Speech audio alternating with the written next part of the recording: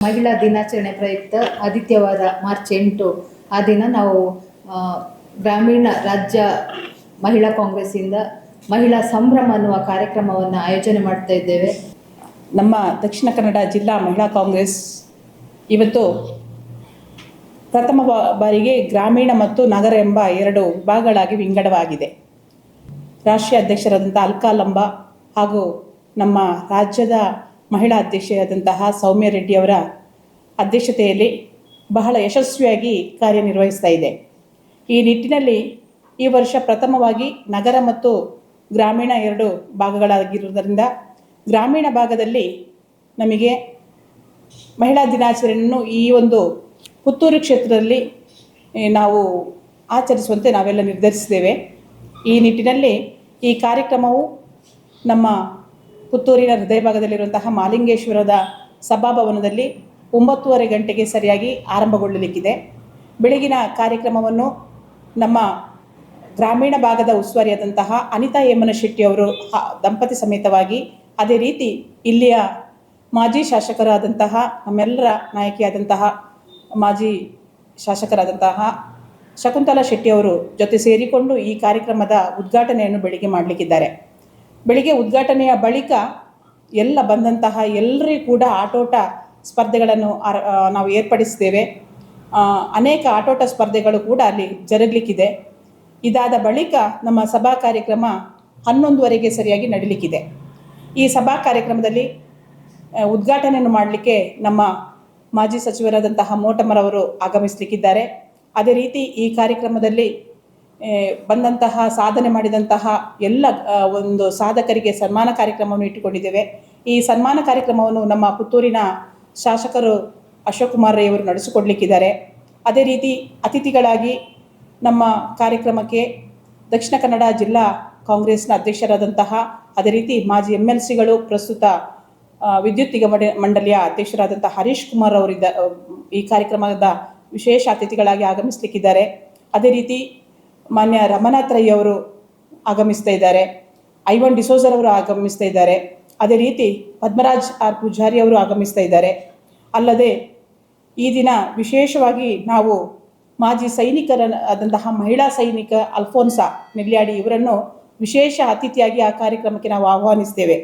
ಅದಲ್ಲದೆ ನಮ್ಮ ಉದ್ಯಮದಲ್ಲಿ ಸಾಧನೆ ಮಾಡಿದಂತಹ ಚರಿಷ್ಮಾ ರೈ, ಶೈಲಶ್ರೀ ಪೆಟ್ರೋಲಿಯಂ ಗ್ಯಾಸ್ನ ಮಾಲಕರಾದಂತಹ ಚರಿಷ್ಮಾ ಅವರು ಕೂಡ ಈ ಕಾರ್ಯಕ್ರಮದಲ್ಲಿ ಅತಿಥಿಗಳಾಗಿ ಪಾಲ್ಗೊಳ್ಳಿಕ್ಕಿದ್ದಾರೆ. ಅದಲ್ಲದೆ ಶೆರಿನ್ ಅಂತ ಹೇಳುವ ಒಬ್ಬ ಡಾಕ್ಟರೇಟ್ ಪದವಿಯನ್ನು ಪಡೆದಂತಹ, ಅದರಲ್ಲೂ ಎಲ್ಲ ಏನು ಕ್ಯಾನ್ಸರ್ ಪೇಷಂಟ್ಗಳಿಗೆ ತನ್ನ ಕೂದಲನ್ನು ದಾನ ಮಾಡಿ ವಿಗ್ ಮಾಡುವ ಮೂಲಕ ವಿತರಿಸುವಂತಹ ಒಬ್ಬ ನಾಯಕಿಯಿಂದ ನಾವು ಆ ದಿನದ ಮಹಿಳೆ ಅಂದರೆ ಏನು ಎಂಬುದರ ಬಗ್ಗೆ ಒಂದು ವಿಶೇಷವಾದಂತಹ ಮಾಹಿತಿ ಕಾರ್ಯಕ್ರಮವನ್ನು ಕೂಡ ನಾವು ಇಟ್ಟುಕೊಂಡಿದ್ದೇವೆ. ಈ ಕಾರ್ಯಕ್ರಮದಲ್ಲಿ ನಾವು ಮಹಿಳಾ ಸೈನಿಕರಿಗೆ ಇಷ್ಟವರೆಗೆ ಎಲ್ಲಿ ಕೂಡ ಅವರಿಗೆ ಸನ್ಮಾನ ಆಗಲಿಲ್ಲ, ಅಂಥವರನ್ನು ನಾವು ಗೌರವಿಸಲಿಕ್ಕಿದ್ದೇವೆ. ಮಹಿಳಾ ಸೈನಿಕರು, ಮಾಜಿ ಸೈನಿಕರಿಗೆ ಗೌರವ ಅರ್ಪಿಸಲಿಕ್ಕಿದ್ದೇವೆ. ಅದೇ ರೀತಿ ಬೇರೆ ಬೇರೆ ಕ್ಷೇತ್ರದಲ್ಲಿ, ಕ್ರೀಡಾ ಕ್ಷೇತ್ರ ಇರ್ಬೋದು, ಮತ್ತು ಬೇರೆ ಬೇರೆ ಕ್ಷೇತ್ರದಲ್ಲಿ ಸಾಧನೆ ಮಾಡಿದ ಮಹಿಳೆಯರಿಗೆ ಅವರನ್ನು ಕೂಡ ಗೌರವಿಸಲಿಕ್ಕಿದ್ದೇವೆ. ಅದೇ ರೀತಿ 7 ಜನ ಸೈನಿಕರಿದ್ದಾರೆ. 7 ಜನ ಸೈನಿಕರನ್ನು ನಾವು ಅಂದರೆ ಅವರನ್ನು ಗುರುತಿಸಿ ನಾಳೆ ಅತಿಥಿಗಳಾಗಿ, ಅವರಲ್ಲಿ ಒಬ್ಬರಲ್ಲಿ ಅಲ್ಫೋನ್ಸಾ ಅಂತೇಳಿ ಅವರು ನಿವೃತ್ತ ಸೇನಾನಿಯಾಗಿದ್ದಾರೆ. ಅವರು ಇವತ್ತು ಶಿಕ್ಷಕಿಯಾಗಿ ಇವರು ಅತಿಥಿಯಾಗಿ ಕಾರ್ಯಕ್ರಮದ ಅತಿಥಿಯಾಗಿ, ಬಾಕಿ ಉಳಿದವರನ್ನು ನಾವು ಗೌರವಿಸುವುದು ಸೈನಿಕರು. ಮತ್ತೆ ಆಶಾ ಕಾರ್ಯಕರ್ತೆಯರು ಮತ್ತೆ ಅಂಗನವಾಡಿ ಕಾರ್ಯಕರ್ತೆಯರು. ಯಾಕೆಂದ್ರೆ ಇಡೀ ಅಂಗನವಾಡಿಯ ಒಂದು ಶಿಕ್ಷಕಿಯರಂದ್ರೆ ಚಿಕ್ಕ ಮಕ್ಕಳನ್ನು ನಾವೊಂದು ಮನೆಯಲ್ಲಿ ಅವರನ್ನು 1-2 ಮಕ್ಕಳನ್ನು ನಾವು ನೋಡಿಕೊಳ್ಳಿಕ್ಕೆ ಕಷ್ಟ ಆಗ್ತದೆ. ಅಂಥವರನ್ನು ಒಂದು 10-20 ಮಕ್ಕಳನ್ನು ಅಂಗನವಾಡಿಯಲ್ಲಿ ಒಳ್ಳೆ ರೀತಿಯಲ್ಲಿ ಅವರಿಗೆ ರೈಮ್ಸ್ ಇರ್ಬೋದು ಅಥವಾ ಊಟ ಮಾಡೋದು, ಆಡೋದು ಎಲ್ಲವನ್ನು ಕೂಡ ಅವರು ಅಚ್ಚುಕಟ್ಟಾಗಿ ಒಂದು ಸಂಸ್ಕಾರವನ್ನು ಕೂಡ ಅವರು ಹೇಳಿಕೊಡ್ತಾರೆ. ಅಂಥವರನ್ನು ಗೌರವಿಸೋದು ನಮ್ಮ ಕರ್ತವ್ಯ. ಒಂದು ತಾಯಿಯ ರೀತಿಯಲ್ಲಿ ಆ ಮಕ್ಕಳನ್ನು ಯಾವ ರೀತಿ ನೋಡಿಕೊಳ್ತಾರೆ, ಅವರ ಜವಾಬ್ದಾರಿ ತುಂಬ ಇದೆ. ಒಳ್ಳೆ ರೀತಿಯಲ್ಲಿ ಮಕ್ಕಳನ್ನು ಅವರು ನೋಡಿಕೊಂಡು ಆ ಒಂದು 3-4 ವರ್ಷದ ಮಕ್ಕಳನ್ನು ತುಂಬ ಕಷ್ಟ ನೋಡಿಕೊಳ್ಳಿಕ್ಕೆ, ಅಂಥ ಮಕ್ಕಳನ್ನು ಒಳ್ಳೆ ರೀತಿಯಲ್ಲಿ ಅವರು ನೋಡ್ತಾರೆ. ಅದೇ ರೀತಿ ಸರ್ಕಾರದ ಏನು ಯೋಜನೆ ಇದೆ ಅದನ್ನು ಕೂಡ ಮನೆ ಮನೆಗೆ ತಲುಪಿಸಿ, ಈಗ ಬಾಣಂತಿಯರು ಇರ್ಬೋದು ಅಥವಾ ಗರ್ಭಿಣಿಯವರಿಗೆ ಎಲ್ಲರಿಗೂ ಕೂಡ ಸರ್ಕಾರದ ಯೋಜನೆ ಏನುಂಟು ಅದನ್ನು ತಲುಪಿಸುವ ಕೆಲಸವನ್ನು ಕೂಡ ಅವರು ಮಾಡ್ತಾರೆ. ಆದ ಕಾರಣ ಅವರಿಗೆ ಕೂಡ ವಿಶೇಷ ಗೌರವವನ್ನು ಕೊಡಲಿಕ್ಕಿದ್ದೇವೆ. ಅದೇ ರೀತಿ ಆಶಾ ಕಾರ್ಯಕರ್ತೆಯರು ಕೂಡ ಹಾಗೆ ಒಂದು ಆರೋಗ್ಯದ ದೃಷ್ಟಿಯಿಂದ ಪ್ರತಿ ಮನೆ ಮನೆಗೆ ಹೋಗಿ ಸರ್ಕಾರದ ಯೋಜನೆಗಳನ್ನು ಕೂಡ ಮುಟ್ಟಿಸುವಲ್ಲಿ, ಅದೇ ರೀತಿ ಎಲ್ಲರ ಮನೆಯ ಆರೋಗ್ಯವನ್ನು ಕೂಡ ಕಾಪಾಡುವವರು ಅವರನ್ನು ಕೂಡ ವಿಶೇಷ ರೀತಿಯಲ್ಲಿ ನಾವು ಗೌರವಿಸಲಿಕ್ಕಿದ್ದೇವೆ. ಅದೇ ರೀತಿ ಸಾಧನೆ ಮಾಡಿ ವಿವಿಧ ಕ್ಷೇತ್ರದಲ್ಲಿ ಸಾಧನೆ ಮಾಡಿದವರಿಗೆ ಕೂಡ ಗೌರವಿಸಲಿಕ್ಕಿದ್ದೇವೆ. ವಿಶೇಷವಾಗಿ ನಾವು ಈ ವರ್ಷದ ಮಹಿಳಾ ದಿನಾಚರಣೆಯನ್ನು ಮಹಿಳಾ ಸಂಭ್ರಮ ಎಂಬ ಹೆಸರಿನಲ್ಲಿ ಆಚರಿಸ್ತಾ ಇದ್ದೇವೆ. ಯಾಕೆ ಈ ಮಹಿಳಾ ಸಂಭ್ರಮ ಅಂತ ಹೇಳುವ ಹೆಸರಿಟ್ಟಿದ್ದೇವೆ ಅಂತ ಹೇಳಿದರೆ, ಕರ್ನಾಟಕದ ನಮ್ಮ ಈ ಒಂದು ಸರ್ಕಾರ ಸಿದ್ದರಾಮಯ್ಯರ ಹಾಗೂ ನಮ್ಮ ಡಿ ಕೆ ಶಿವರ ನೇತೃತ್ವದಲ್ಲಿ ಮಹಿಳೆಯರು ಇವತ್ತು ಬಹಳ ಸಂತೋಷದಿಂದ ಇದ್ದಾರೆ. ಯಾಕೆಂತ ಹೇಳಿದ್ರೆ ಪಂಚ ಗ್ಯಾರಂಟಿಗಳು ಕೊಡುವುದರ ಮೂಲಕ ಅದನ್ನು ಪಡೆದಂತಹ ಮಹಿಳೆಯರೆಲ್ಲ ಇವತ್ತು ಬಹಳ ಒಂದು ಏನು ಅಂತ ಹೇಳಿದ್ರೆ ಸಂಭ್ರಮ ಮತ್ತು ನೆಮ್ಮದಿಯ ಜೀವನವನ್ನು ನಡೆಸ್ತಾ ಇದ್ದಾರೆ ಅಂತ ಹೇಳುವುದನ್ನು ನಾವು ತಿಳ್ಕೊಂಡಿದ್ದೇವೆ. ಈ ನಿಟ್ಟಿನಲ್ಲಿ ನಾವೆಲ್ಲ ಮಹಿಳೆಯರನ್ನು ಕೂಡ, ಅಂದರೆ ನಾವು ಜಿಲ್ಲಾ ಮಹಿಳಾ ಕಾಂಗ್ರೆಸ್ ಗ್ರಾಮೀಣ ವತಿಯಿಂದ ಮಾಡೋದಿದ್ರು ಕೂಡ ಯಾವುದೇ ಪಕ್ಷದ ಕಾರ್ಯಕ್ರಮ ಆಗಿರದೆ ಇದು ಎಲ್ಲ ಮಹಿಳೆಯರನ್ನು ಬಹಳ ಪ್ರೀತಿಪೂರ್ವಕವಾಗಿ ಈ ಕಾರ್ಯಕ್ರಮಕ್ಕೆ ನಾವು ಸ್ವಾಗತಿಸ್ತಾ ಇದ್ದೇವೆ. ಅಂದರೆ ನಮ್ಮ ಈ ಒಂದು ಗ್ರಾಮೀಣ ಭಾಗದ ಅಂಗನವಾಡಿ ಕಾರ್ಯಕರ್ತೆಯರು, ಅದೇ ರೀತಿ ಆಶಾ ಕಾರ್ಯಕರ್ತೆಯರು ಹಾಗೂ ಮುಖ್ಯವಾಗಿ ನಾವು ಮಹಿಳಾ ಸೈನಿಕರು ಬಹಳ ನಾವು ಅಭಿಮಾನದಿಂದ ಮತ್ತು ಗೌರವದಿಂದ ಅವರಿಗೆ ಒಂದು ಪ್ರಿಯದರ್ಶಿನಿ ವೀರನಾರಿ ಎಂಬ ಬಿರುದನ್ನು ನೀಡಿ ಅವರನ್ನು ಈ ಸಂದರ್ಭದಲ್ಲಿ ನಾವು ಅಭಿನಂದಿಸ್ತಾ ಇದ್ದೇವೆ. ಸುಮಾರು 8 ಜನ ನಮ್ಮ ಕಡಬ ತಾಲೂಕು, ಪುತ್ತೂರು ತಾಲೂಕು ಹಾಗೂ ಬೇರೆ ಬೇರೆ ತಾಲೂಕಿನ ಮಹಿಳೆಯ ನಾಯಕಿಯರಿದ್ದಾರೆ.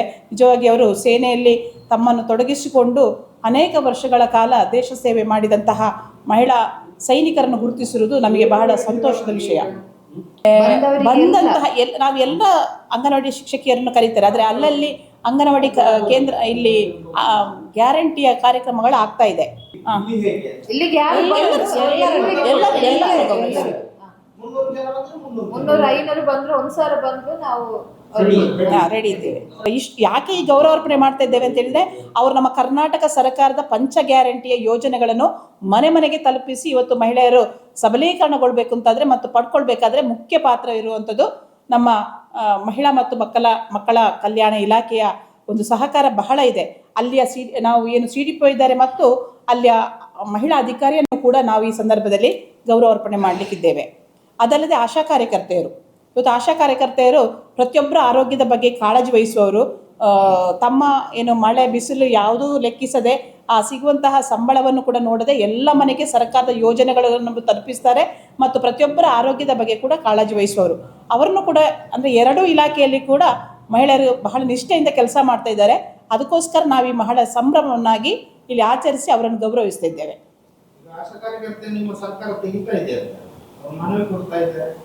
ಹೌದು, ತೆಗೆಯದಾಗ ನಮ್ಮ ಶಾಸಕರು ಮಾತಾಡ್ತಾರೆ. ನೋಡುವ ಏನಾಗ್ತದೆ ಅಂತ ಮುಂದಿನ ದಿನಗಳೇ.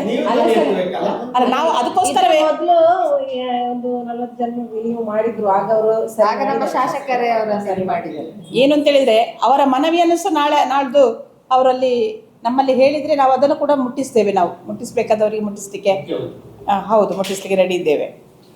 ಯಾಕಂದರೆ ಒಟ್ಟಿನಲ್ಲಿ ಯಾರಿಗೂ ಕೂಡ ಮಹಿಳೆಯರಿಗೆ ನಾಳಿನ ಕಾರ್ಯಕ್ರಮ ಏನು ಅಂತ ಹೇಳಿದ್ರೆ ನಾವು ಒಂದು ಸಂಭ್ರಮ ಆಗಬೇಕು. ಮತ್ತೆ ಸಿಂಗಾರಿ ಮೇಳ ಕೂಡ ಮತ್ತೊಂದು ವಿಶೇಷವಾಗಿ ನಮ್ಮದು ಸಿಂಗಾರಿ ಮೇಳದ ಚೆಂಡೆ ಮಹಿಳೆಯರಿಂದ ಇದೆ. ಅದು ಅಲ್ಲ, ಬೆಳ್ತಂಗಡಿಯವರು ಅವರ ಒಂದು ಪ್ರದರ್ಶನವನ್ನು ಕೂಡ ಪ್ರದರ್ಶನ ಕೂಡ ಮಾಡಲಿಕ್ಕೆ ನಾವು ಇದ್ದೇವೆ. ಹೌದು ಹೌದು ಹೌದು,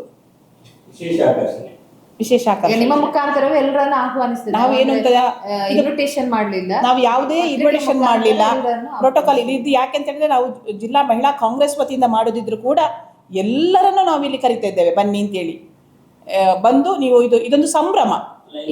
ಈ ಕಾರ್ಯಕ್ರಮ CDPO ಇಲಾಖೆ ಜಂಟಿಯಾಗಿ ಮಾಡ್ತಾರೆ? ಇಲ್ಲ ಇಲ್ಲ ಇಲ್ಲ ಇಲ್ಲ, ಅವರು ಬೇರೆ ಕಾರ್ಯಕ್ರಮ, ಅವರದ್ದು ಗ್ಯಾರಂಟಿ ಕಾರ್ಯಕ್ರಮಗಳು ಬೇರೆ ಇದೆ. ಹೌದು, ಏಕಕಾಲದಲ್ಲಿ ಇದೆ. ನಂತರ ಸಭಾ ಕಾರ್ಯಕ್ರಮ ಇದ್ರೆ ನಂತರ ಸನ್ಮಾನ, ಮತ್ತೆ ಮಧ್ಯಾಹ್ನದಲ್ಲಿ ಗೇಮ್ಸ್, ಗುಂಪಾಟಗಳನ್ನು, ಒಳಾಂಗಣ ಆಟಗಳನ್ನ ಆಡ್ತೇವೆ, ಸಂಗೀತ ಕುರ್ಚಿ ಮತ್ತೆ ಬೇರೆ ಬೇರೆ ಆಟಗಳಲ್ಲಿ. ಇಲ್ಲ ಇಲ್ಲ, ಹೊಸ ಆಟಗಳು ಉಂಟು. ಮತ್ತೆ ಲಕ್ಕಿ ಗೇಮ್ಸ್ ಉಂಟು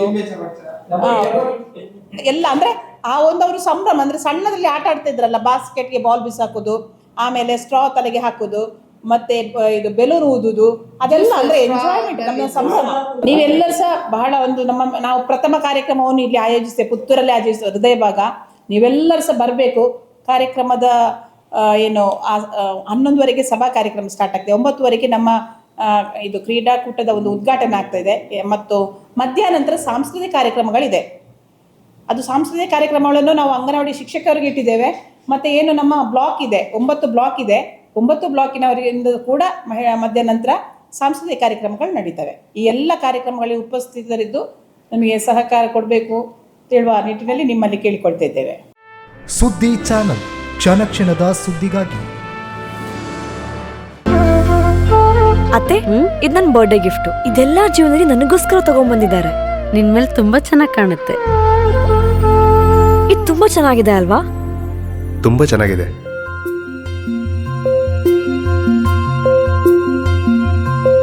It will look really good on you. Amma? Huh? Mother is always son's first love.